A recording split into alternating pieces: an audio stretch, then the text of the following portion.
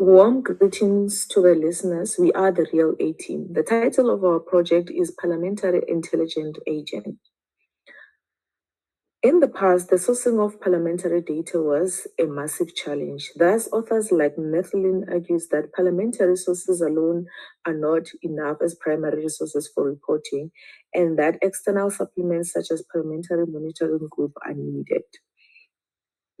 PMJ is an information service created to structure parliamentary data and develop APIs to increase data availability and accessibility. However, even with these solutions, the use of parliamentary data for oversight purposes has been declining over time due to content being uploaded inconsistently and committee meetings often posted without minutes, which leads us to our problem statement. The lack of proper documentation forces journalists to go through hours of unstructured and inconsistent data just to locate particular debates and reporting points. The objective of this report is to present an interactive solution tool that enables journalists and citizens to query, explore, and receive AI-generated summaries of parliamentary data in real life. This project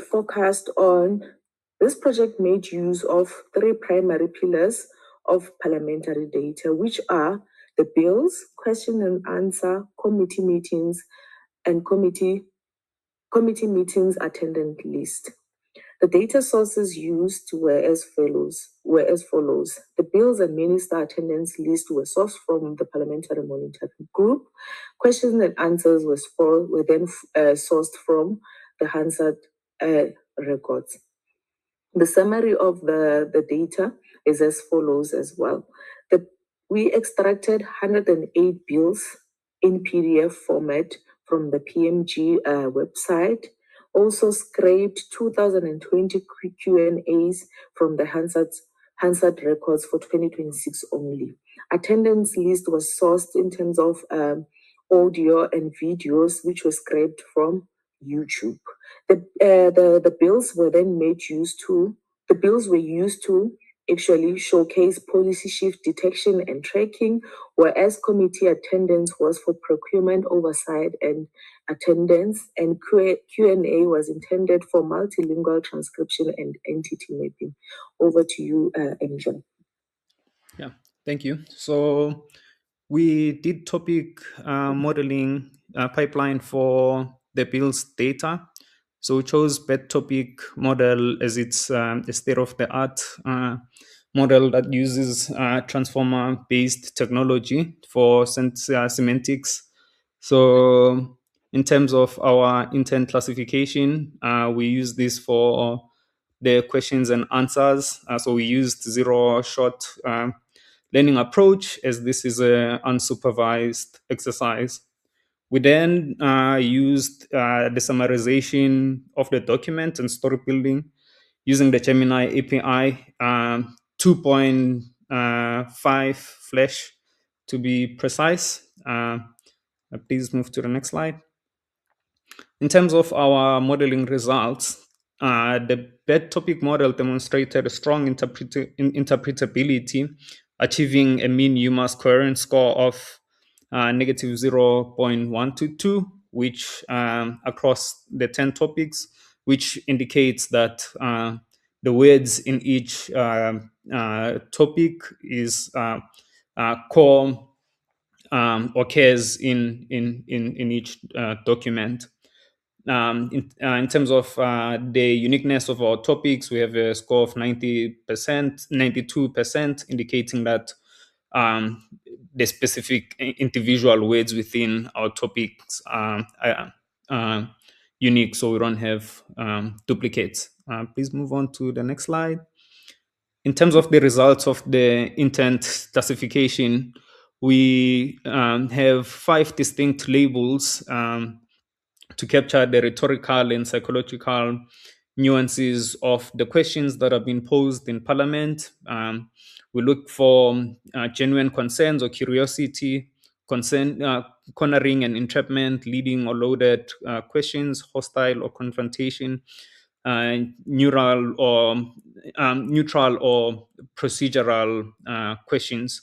So across the 2020 question and answer entries, we found the following intent distribution where the policy clarification had the highest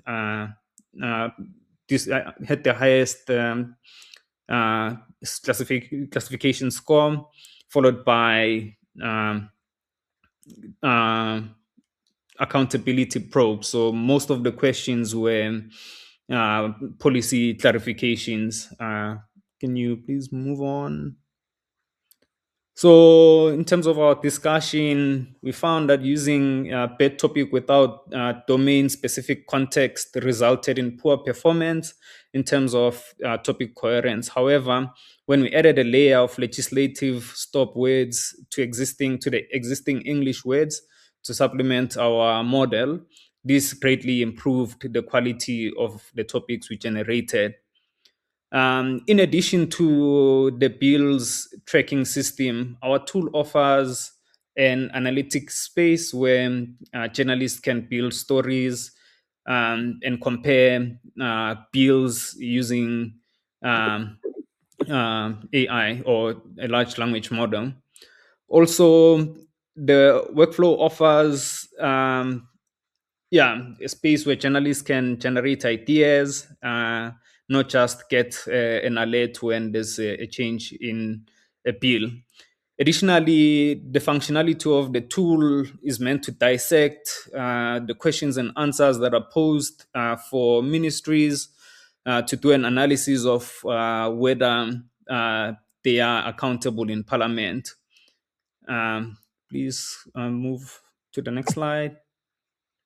In terms of our conclusions and reflection, the implications of our tool is that the unsupervised nature of our modeling approach, conventional performance metrics are not applicable, and human interpretations of the outputs remains essential.